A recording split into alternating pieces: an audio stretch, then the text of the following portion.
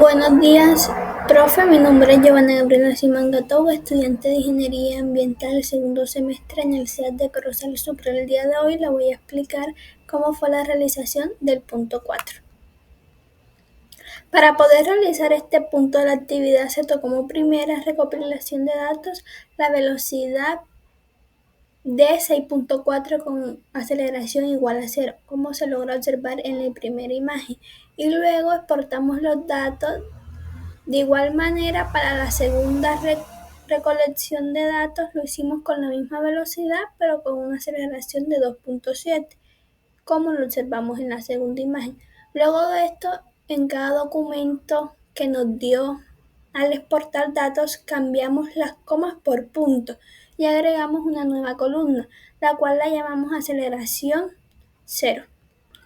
Luego entramos a MATLAB y hicimos la gráfica de cada una de la recopilación de datos y nos dio estas tablas. Aquí encontramos 6 tablas donde se muestra el proceso de la recopilación de los datos encontrados. Luego pasamos a responder las preguntas sobre las gráficas. Primera pregunta. Analiza los resultados obtenidos y presente sus conclusiones a continuación. Interpretación de los datos. El movimiento rectilíneo uniforme acelerado nos muestra una aceleración de 2.7, la cual es constante en las gráficas. Se puede ver que la posición y velocidad incrementan de manera progresiva a lo largo del tiempo. Por otro lado, el movimiento rectilíneo uniforme muestra una velocidad estable cercana a 6.42 y una aceleración que es 0, indicando un desplazamiento constante.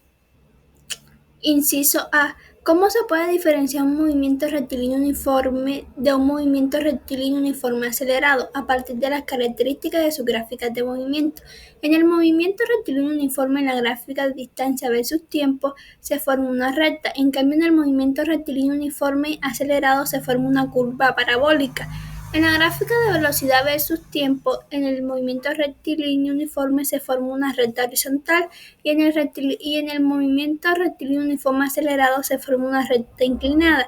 Y en la gráfica de aceleración versus tiempo, en ambas se forma una línea horizontal, pero una en 0, ya que no hay, y en la de movimiento rectilíneo uniforme acelerado en el valor de la aceleración.